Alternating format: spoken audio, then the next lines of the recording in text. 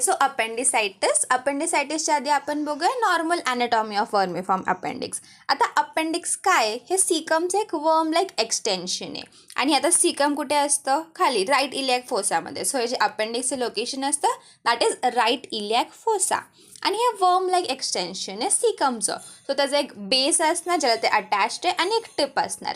त्याची जी टिप आहे ती खूप साऱ्या डिरेक्शन्समध्ये असते, पण जो बेस आहे it has a constant position. आणि बेसची पोझिशन काय आहे त्यालाच आपण म्हणतो मॅकबर्नीज पॉईंट. आता मॅकबर्नीज पॉईंट काय आहे, तुमचं जे अँटिरियर सुपिरियर इलियाक स्पाईन आहे आणि अम्बिलिकस आहे ह्याला जॉईन करणारी एक लाईन बनवली ना, तर लॅटरल 1/3 आणि मीडियल 2/3 असं घेतलं तर तो जो मधला पॉईंट होतो त्याला आपण म्हणतो मॅकबर्नीज पॉईंट. तिथे बेस ऑफ द अपेंडिक्स तुम्हाला भेटेल. आणि हे जे आहे ना ते सीकमच्या एकदम टर्मिनल एंडला असतं, म्हणजे असं की जे इलिओसिकल ऑरिफाईस आहे त्याच्या जस्ट 2 सेंटीमीटर बिलो तिथे तुम्हाला हे बेस ऑफ द अपेंडिक्स भेटेल.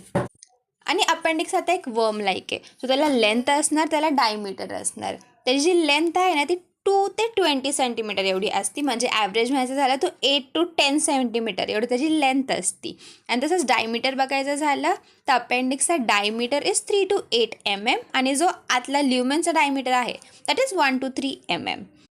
आणि जी इलियमची मिझेंट्री असती तीच पुढे कंटिन्यू होते आणि मिझो अपेंडिक्स बनवती. आणि ह्या मिझो अपेंडिक्सचा जो फ्री बॉर्डर आहे ना तिथे अपेंडिक्युलर आर्टरी तशा वेमध्ये रन करते. सो काय सांगितलं आहे, mesoappendix is the continuation of the mesentery of ileum above the appendicular artery runs in the free border of mesoappendix. मग नेक्स्ट काय सांगितलं, जे आपले अपेंडिक्स असतं ते 3 लेयर्सनी बनलेलं असतं. Outermost is serosal layer, middle one is the muscular layer and innermost is the mucosa layer. आणि जे सबम्युकोसा आहे ना that is rich in lymphoid follicles. आणि त्यामुळेच आपण अपेंडिक्सला ॲबडॉमिनल टॉन्सिल असं पण म्हणतो. आणि जे अपेंडिक्स आहे ना ते बी लिम्फोसाइट्सच्या मॅच्युरेशनमध्ये हेल्प करतं आणि indirectly this helps in immune mechanism. आणि जे लिम्फॅटिक टिश्यूज आहेत ते आज जसं जसं एज वाढत जातं तसं ते लिम्फॅटिक टिश्यूज डिक्रीज होत जातात. त्यामुळे अपेंडिसायटिसचे चान्सेस आफ्टर 30 years खूप कमी असतात. आणि जे अपेंडिक्युलर ऑरिफाईस असतात तिथे एक म्युकस मेम्ब्रेनचा सेम्युलर फोल्ड असतो जे त्या ऑरिफाईसला गार्ड करतं आणि ह्यालाच आपण म्हणतो वॉल्व ऑफ गेरलॅच. मग नेक्स्ट आहे ब्लड सप्लाय. आता अपेंडिक्सची जी चीफ आर्टरी आहे that is obviously appendicular artery and this appendicular artery is branch of ileocolic artery. हे झालं मेन. मग जे अपेंडिक्सचा बेस आहे त्याला जी आर्टरी सप्लाय करते that is accessory appendicular artery. आणि जे वेन्स असतात ना ते आर्टरीजलाच फॉलो करतात आणि they end in the superior mesenteric vein which further drains into portal vein. आणि यामुळे जेव्हा सेपरेटिव्ह अपेंडिसायटिस होतं ना तेव्हा पायले फ्लेबायटिसचं डेव्हलप होण्याचे चान्सेस खूप जास्त असतात. मग नेक्स्ट आहे व्हेरियस ॲनाटॉमिकल पोझिशन्स ऑफ अपेंडिक्युलर टिप. आपण इंट्रोमध्येच सांगितलं की त्याची टिप असते, एक बेस असतो. जो बेस असतो तो अटॅच्ड असतो जे मॅकबर्नीज पॉईंटला आपल्याला दिसतो. पण जी टिप असते ती वेगवेगळ्या डिरेक्शन्समध्ये असते. तर इथे 6 डिरेक्शन्स दिलेत. आता आपण क्लॉकवाईज जाऊया. पहिले तर 12 o'clock. 12 o'clockला असेल तर आपण त्याला म्हणतो रेट्रोसिकल पोझिशन. आणि ह्याचे chances are almost 70%. This is most common. Retrocaecal is most common. मग 2 o'clockला आपण म्हणतो स्प्लेनिक. ह्याचे चान्सेस आर ऑलमोस्ट 1%. 3 o'clockला आपण म्हणतो पॅरासिकल पोझिशन. ह्याचे चान्सेस आर ऑल्सो 1%. मग 4 o'clockला आहे पेल्विक पोझिशन. ह्याचे chances are 25%. That is second most common आहे हे. मग 6 o'clockला आहे मिड इंग्वायनल किंवा सबसिकल आणि ह्याचे चान्सेस आर 2%. मग लास्ट 11th नंबरला आहे 11 o'clockला आहे पॅराकॉलिक. ह्याचे चान्सेस आर 1%. सो काय काय बघितलं, 12ला आपण म्हणतो रेट्रोसिकल, 2ला आपण म्हणतो स्प्लेनिक, 3ला आपण म्हणतो पॅरासिकल, 4 इज पेल्विक, 6 इज मिड इंग्वायनल किंवा सबसिकल आणि 11 इज पॅराकॉलिक. सध्या आपण अपेंडिसायटिस स्टार्ट करूया. अपेंडिसायटिसलाच आयुर्वेदमध्ये म्हणतात उंडुक पुच्छ शोथ. So appendicitis is inflammation of appendix and this is the most common surgical condition of abdomen. आणि अपेंडिसायटिसचे 2 टाईप्स असतात, अक्यूट अपेंडिसायटिस, क्रॉनिक अपेंडिसायटिस. आणि आधी प्रिव्हियसली अपेंडिसायटिसला काय म्हणायचे, पेरिटाइफलायटिस. काय ते, पेरिटाइफलायटिस. सो जसं आपण 2 टाईप्स सांगितले की अक्यूट आणि क्रॉनिक, तर आधी आपण बघूया अक्यूट अपेंडिसायटिस. जे अक्यूट अपेंडिसायटिस आहे ना, it is more common in second आणि थर्ड डिकेड ऑफ लाईफ. आणि लहान पोरं आणि एल्डरली पीपल असतात ना, त्यांच्यात हे जास्त कॉमन नसतं. ते असं जेंडर बायसनेस काय नाही ह्याचं, पण तरी टीनेज गर्ल्समध्ये जास्त दिसतं हे. आता नेक्स्ट आहे aetiology, that is causes of appendicitis. ह्यात 5 कॉजेस सांगितले, ते आपण एक एक करून बघूया. पहिलं आहे तर ऑब्स्ट्रक्शन ऑफ द ल्युमेन. आता हे जे ऑब्स्ट्रक्शन आहे that can be inside the lumen or outside the lumen. आता हे कसं आहे बघूया. पहिलं आपण बघू ऑब्स्ट्रक्शन इनसाइड द ल्युमेन. ल्युमेनच्या आत कसं ऑब्स्ट्रक्शन होऊ शकतं, फिकोलिट्समुळे किंवा काही स्ट्रिक्चर असेल किंवा फॉरेन बॉडीज किंवा राऊंड वर्म्स, थ्रेड वर्म्स, ओवा किंवा सिस्ट ऑफ एंटामिबा, ह्या सगळ्यामुळे ल्युमेनच्या आत ऑब्स्ट्रक्शन व्हायचे चान्सेस असतात. आता ल्युमेनच्या बाहेर कशामुळे ऑब्स्ट्रक्शन होऊ शकतं, adhesions, kinking, carcinoma of caecum near the base किंवा मग इलिओसिकल कॉन्स डिसीज, ह्या सगळ्यामुळे ऑब्स्ट्रक्शन होऊ शकते ल्युमेनच्या बाहेर. सो काय बघितलं आपण, first is obstruction of lumen that can be inside the lumen or outside the lumen. आणि आपण हे इनसाइड आउटसाइड तर बघितलं, पण most common cause of appendicitis is faecolith. आणि फिकोलिथ कशाने बनलं असतं, dried faecal matter, epithelial debris, bacteria आणि कॅल्शियम फॉस्फेट्स. सो हे झालं फर्स्ट कॉज. मग सेकंड कॉज आहे डाएट. असे लोक जे मीठ खूप जास्त खातात त्यांच्यात अपेंडिसायटिसचे खूप जास्त चान्सेस असतात. वेअरॅज जे लोक फायबर दॅट इज सेल्युलोज खातात ते अपेंडिसायटिसपासून प्रोटेक्टेड राहतात because of eating fibre that is cellulose. So most commonly जे लोक मीट आणि फिशेस खातात they have high chances of getting appendicitis. मग आता थर्ड आहे हेरिडिटरी. हेरिडिटरीमध्ये काय सांगितलं आहे की जे आपले फर्स्ट डिग्री रिलेटिव्स असतात ते जर अफेक्टेड असतील तर आपल्याला व्हायचे चान्सेस आहेत जरासे. मग फोर्थ आहे सोशिओ इकॉनॉमिक स्टेटस. ह्यात रिझन नाही सांगितलं आहे, पण ह्यात असं सांगितलं आहे की जे मिडल क्लास आणि रिच पीपल असतात ना त्यांचेच अपेंडिसायटिसचे जास्त चान्सेस असतात. मग त्यानंतर फिफ्थ कॉज आहे non obstructive cause. Non obstructive म्हणजे ऑब्स्ट्रक्शनमुळे नाही होत, मग दुसऱ्या कशामुळे तरी होतं. कशामुळे होतं, बॅक्टेरियामुळे होतं. Bacteria such as E coli, एंटेरोकोकाय, Proteus, स्युडोमोनास, Klebsiella किंवा ॲनएरोब्स हे काय करतात, हे अपेंडिक्समध्ये इन्फ्लेमेशन कॉज करतात आणि त्या इन्फ्लेमेशनमुळेच अपेंडिसायटिस होतं.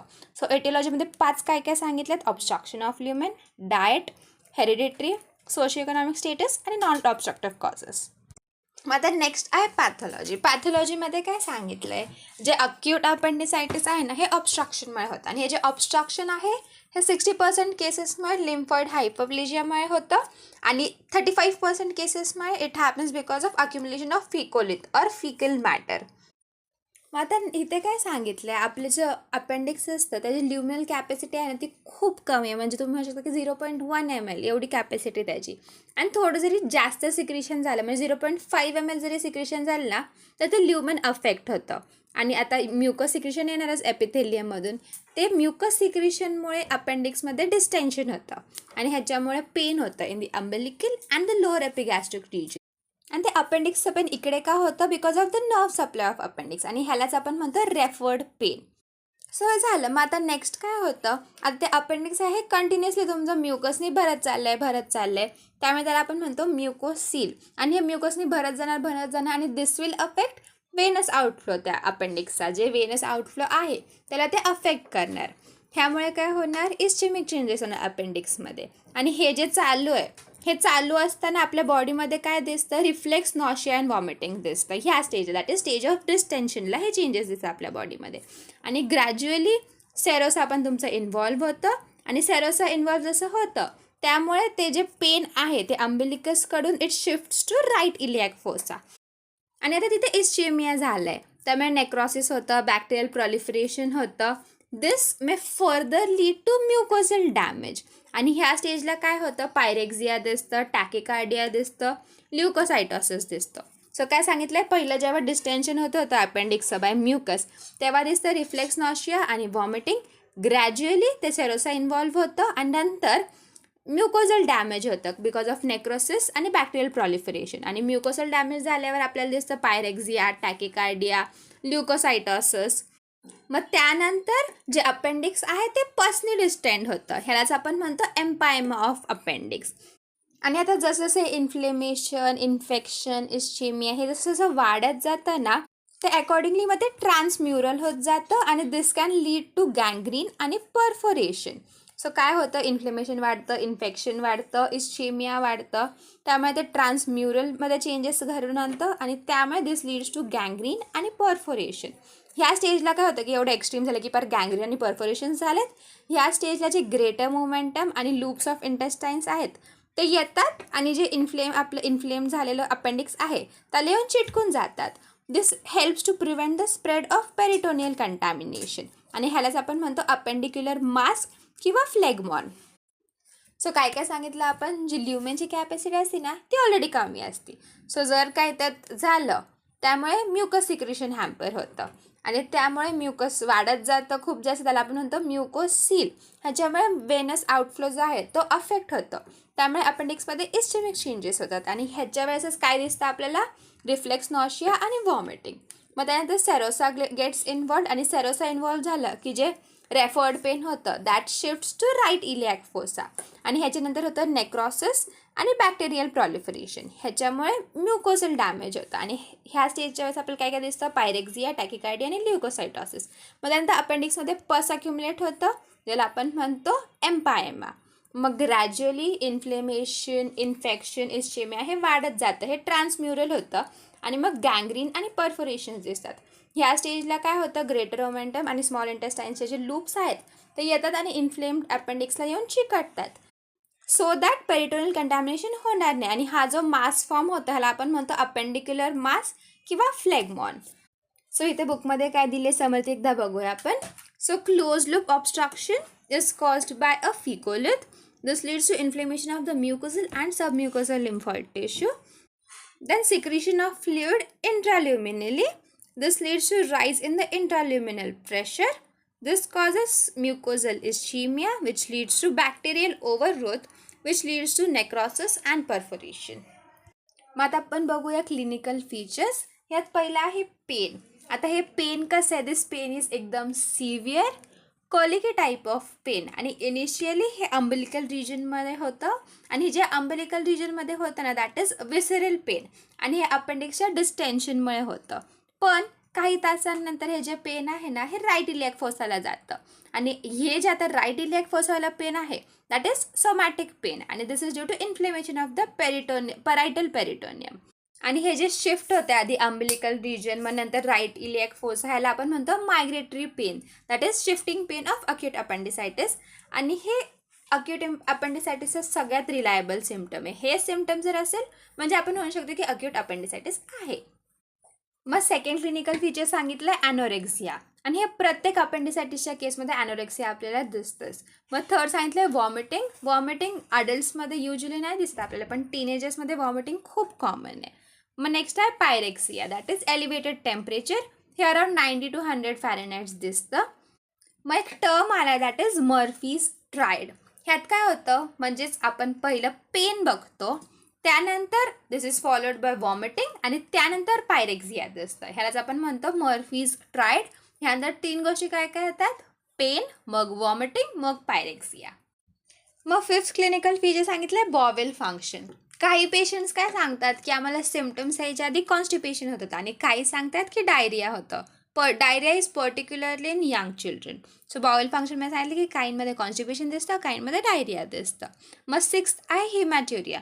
हिमॅट्युरिया आहे ना हे जास्त कॉमन नाही आहे पण हे कधी होतं जेव्हा रेट्रोसिकल अपेंडिक्सचं इन्फ्लेमेशन होतं ना तेव्हा हिमॅट्युरिया होण्याचे जास्त चान्सेस असतात. का, कारण त्या रेट्रोसिकल अपेंडिक्समुळे ना जे रेट्रोपेरिटोनियममध्ये युरेटर असतं त्याला इरिटेशन होतं त्यामुळे हिमॅट्युरिया होण्याचे चान्सेस असतात.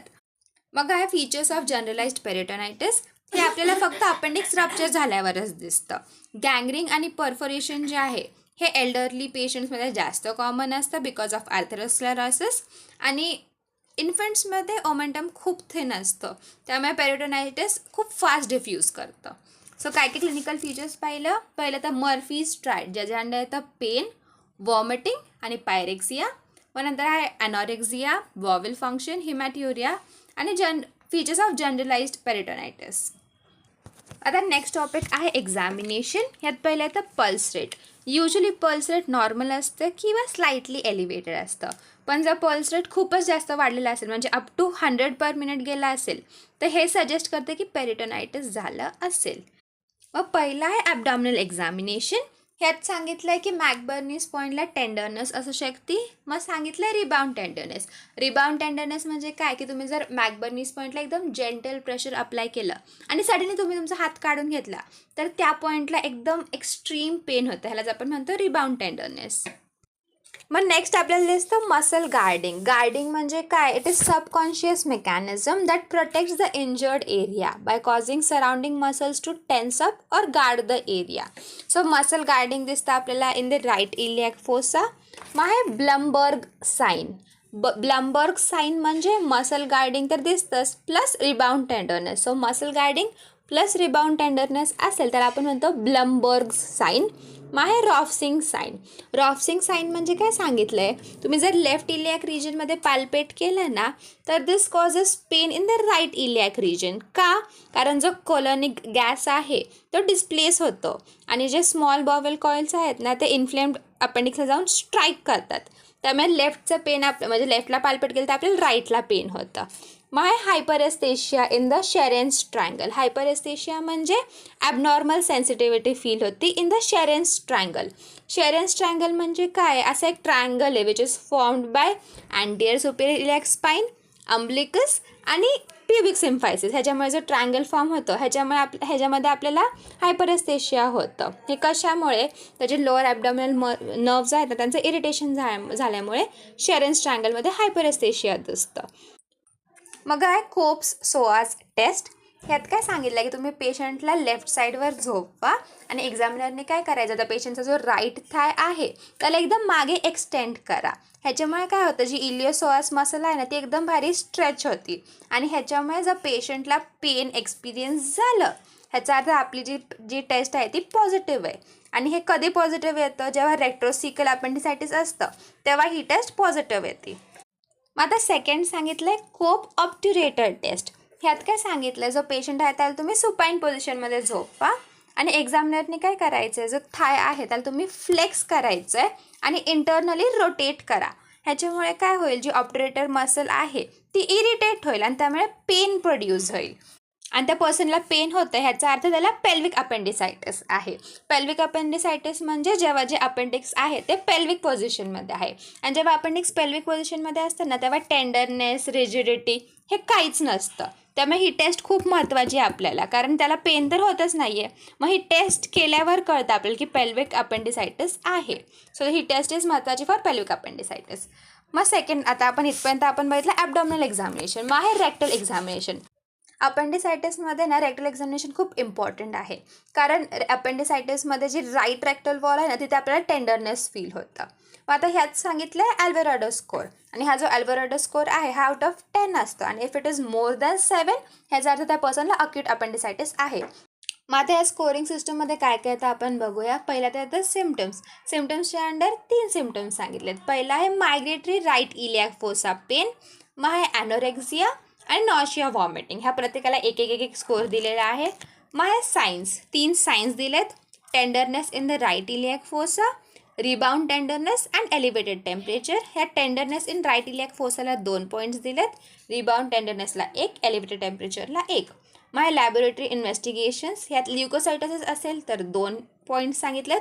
शिफ्ट टू लेफ्ट असेल दॅट इज सेगमेंटेड न्यूट्रोफिल्स असेल तर स्कोर सांगितला आहे 1. सो हे सिम्पटम्स, सायन्स आणि लॅबोरेटरी इन्व्हेस्टिगेशन्स या बेसिसवर आपण अल्व्हेराडो स्कोर काढतो. जर मोर दॅन 7 असेल म्हणजे त्या पर्सनला अक्यूट अपेंडिसायटिस आहे. मग आता नेक्स्ट आहे इन्व्हेस्टिगेशन्स. इन्व्हेस्टिगेशनमध्ये पहिला येतं ब्लड टेस्ट. ब्लड टेस्टमध्ये आपल्याला काय दिसतं की जो टोटल ल्युकोसाईट काउंट आहे तो वाढलेला असतो. मग आपण युरिन टेस्ट करतो का? Just to rule out UTI आणि हिमॅट्युरिया. आता हे जे आपण इन्व्हेस्टिगेशन्स करतो ते का करतोय की आपले जे डायग्नोसिस आहे डिफरन्शियल डायग्नोसिस आहेत ते एक एक करून आपल्याला रूल आउट करायचे. सो युरिन टेस्ट आपण करतो. सो आपण म्हणू शकतो की चला UTI नाही आहे, हिमॅट्युरिया नाही आहे. नंतर नेक्स्ट आपण करतो एक्सरे ॲबडॉमिन. हे का करतो की परफोरेशन असेल किंवा इंटेस्टायनल ऑब्स्ट्रक्शन असेल तर हे चेक करायला ते आपल्याला कॅन्सल आउट करायचं असेल तर आपण एक्सरे ॲबडॉमिन करतो. ऑल्सो ॲबडॉमिनच्या एक्सरेमध्ये आपल्याला स्मॉल बॉवेल लूप्स जे आहेत ते डायलेटेड दिसतात आणि राईट इलियाक फोसामध्ये फिकोलिथसुद्धा दिसतं. मग काय USG ॲबडॉमेन, हे आपण का करतो की बाकीचे जे चान्सेस आहेत लाईक युरेट्रिक स्टोन असू शकतो, पॅनक्रियाटायटिस, ओव्हरियन सिस्ट, एक्टॉपिक प्रेग्नन्सी किंवा अपेंडिक्युलर मास, हे सगळं रूल आउट करण्यासाठी, हे सगळं कॅन्सल आउट करण्यासाठी आपण USG ॲबडॉमेन करतो. मग नेक्स्ट आहे CT स्कॅन. CT स्कॅनमध्ये आपल्याला फिकोलिथ दिसतं आणि डिस्टेंडेड अपेंडिक्स दिसतं. मग हे कॉम्प्लिकेशन्स ऑफ अक्यूट अपेंडिसायटिस. अक्यूट अपेंडिसायटिसमध्ये काय काय कॉम्प्लिकेशन्स होऊ शकतात? अपेंडिक्युलर मास, अपेंडिक्युलर रप्चर किंवा अपेंडिक्युलर ॲप्सिस. सो आता आपण बघितलं अक्यूट अपेंडिसायटिस. आता बघूया क्रॉनिक अपेंडिसायटिस. दोनच पॉईंट्स आहेत त्याचे. ह्यात काय सांगितलं आहे की कधी कधी ना जे अक्यूट अपेंडिसायटिस आहे ते सबसाईड तर होतं, पण इन्व्हेस्टिगेशन केलं आपल्याला असं दिसतं की जे आपलं ओल्ड हील्ड अक्यूट इन्फ्लेमेशन होतं ना ते परत थिक झालं आणि त्याचं स्कारिंग झालं, ह्यालाच आपण म्हणतो क्रॉनिक अपेंडिसायटिस. ह्याचे फीचर्स जे असतात ते एकदम माइल्ड असतात, ह्यात वीक पेन असतं आणि क्रॉनिक ॲनोरेक्सिया असतं. आता नेक्स्ट आहे मॅनेजमेंट ऑफ अक्यूट अपेंडिसायटिस. मॅनेजमेंटमध्ये काय सांगितलं आहे? अपेंडिसायटिसची प्रायमरी ट्रीटमेंट इज अपेंडेक्टॉमी आणि त्यासाठी प्री ऑपरेटिव्ह प्रिपरेशन्स काय काय करायला लागतात? इंट्राव्हेनस फ्लुइड रिसक्सिटेशन करायला लागतं, नेझोगॅस्ट्रिक ॲस्पायरेशन करायला लागतं आणि कोलोनिक फ्लोरासाठी सुटेबल अँटीबायोटिक्स दिले जातात. मग आता आपण बघूया अपेंडेक्टॉमी. अपेंडेक्टॉमीसाठी 2 टेक्निक सांगितले आहेत. एक तर मॅकबर्नीज ग्रेडिरॉन इन्सिजन आणि सेकंड आहे रुदरफोर्ड्स मॉरिसॉन्स इन्सिजन. तर आपण एक एक करून बघू. पहिलं आपण बघू मॅकबर्नीज ग्रेडिरॉन इन्सिजन. हे सगळ्यात कॉमनली परफॉर्म सर्जरी आहे. ह्यात पोझिशन काय सांगितलं पेशंटला? आपल्याला सुपाईन पोझिशनमध्ये झोपायचं आहे. ह्यात स्पायनल ॲनेस्थेशिया दिलं जातं. जनरलाइज स्टँडर्ड जे पेंटिंग आणि ड्रेपिंग करतो ते केलं जातं. ह्यात इन्सिजन कसं घ्यायचं असतं? ह्यात ग्रेडिरॉन इन्सिजन घ्यायचं असतं. म्हणजे ऑब्लिक इन्सिजन घेतलं जातं which is perpendicular to the line at joining umbilicus आणि हे आपलं अँटीरिलियाक स्पाईन. ती जी लाईन असते म्हणजे मॅकबर्नीज पॉईंटचा जो आहे पॉईंट तिथे ऑब्लिक इन्सिजन घ्यायचं which is perpendicular to the line. आणि ह्यात लेयर्स कशा ओपन होत जातात? पहिलं तर सगळ्यात बाहेर स्किन, मग त्यानंतर येतं सबक्युटॅनियस टिश्यू, मग फेशिया ऑफ कॅम्फर, मग फेशिया ऑफ स्कार्पा, मग एक्सटर्नल ऑब्लिक मसल, मग इंटर्नल ऑब्लिक मसल, मग ट्रान्सफर्स ऑब्लिक मसल, मग पेरिटोनियन. मग आता आपण प्रोसिजर बघूया. प्रोसिजर मी वाचते आधी. यात काय सांगितलं आहे? After opening the peritoneum the fingers are inserted in the peritoneum to hold the सी कप. The appendix is identified by tracing the taenia coli which converges onto the base of the appendix. Usually it is not easy to find the appendix sometimes. The appendix is held with Bacop's forceps. The mesoappendix with appendicular artery is ligated and divided. Base of the appendix is crushed with artery forceps and transfixed by sutures. The appendix is then excised above the ligature. The appendicular stamp is then cleaned and closed by purse string sutures. And then the appendix is closed similar to the way it is opened. So काय काय सांगितलं ह्यात? पहिलं तर peritoneum तुम्ही खोललं, त्यानंतर fingers तुम्ही पेरिटोनियममध्ये टाकायचेत, ह्यान तुम्ही सिकम होल्ड करायचे आणि तसंच बोटांनी पुढे पुढे जायचे. जे टीनिया कोल्या आहेत ते तुम्हाला बघायचे हे कुठे जाऊन कन्वर्ज होत आहेत, ते अपेंडिक्सच्या बेसला जाऊन कॉन्वर्ज होतात. मग तिथे तुम्ही जायचं, मग तुम्हाला अपेंडिक्स भेटेल. मग बॅकअप्स फोर्सेपने तो अपेंडिक्स पकडा. मग जे मिझो अपेंडिक्स आहे त्याला तुम्ही लायगेट करा आणि डिवाईड करा. मग अपेंडिक्सचा बेस आहे त्याला आर्टरी फोर्सेपने एकदम क्रश करून टाकायचं आणि सूचर्स इथे ट्रान्सफिक्स करून टाकायचं. मग अपेंडिक्सला बाहेर काढून टाकायचं आणि जो अपेंडिक्युलर स्टंप राहतो त्याला क्लीन करून टाकायचं आणि पर्स स्ट्रिंग सूचर्सने त्याला क्लोज करून टाकायचं, पण त्या ॲबडॉमेन क्लोज करून टाकायचं. सो हे आता आपलं मॅकबर्नीज ग्रेडिरॉन इन्सिजन. ह्यात एक गोष्ट लक्षात ठेवायची आहे. It must be remember that in this incision the muscles are not cut. These muscle fibers are split by inserting an artery forceps and retracted to expose the peritoneum. So हे झालं आपलं मॅकबर्नीज ग्रेडिरॉन incision. मग आता आपण बघूया second रुदरफोर्ड्स मॉरिसन्स incision. ह्यात काय सांगितलं आहे? It is similar to gridiron incision except muscular layers are cut instead of splitting. This incision is performed in complicated or obese person in which the exposure of appendix is difficult. आता third आहे Lance incision. In this incision, the skin is opened transversely. Otherwise, it is same as gradient incision. It is cosmetically better की यात ट्रान्सवर्सली आपण स्किनला open करतो. मग fourth आहे paramedian incision. This is the vertical incision parallel to linea alba below the umbilicus. मग आहे laparoscopic appendicectomy. It causes less post-operative pain, speedy recovery, but it is not very popular. Emergency appendectomy is performed when the patient comes within 24 to 48 hours of abdominal pain. If the patient present on second or third day and there is palpable mass, it is better not to operate at that time. Patient should be managed conservatively. Such patient should be operated after minimum 6 weeks. My complications of appendectomy, काय काय complications असू शकतात appendectomyचे? Wound infection होऊ शकतो, पिकल fistula formation होऊ शकतं किंवा injury to the iliohypogastric nerve which leads to right inguinal hernia.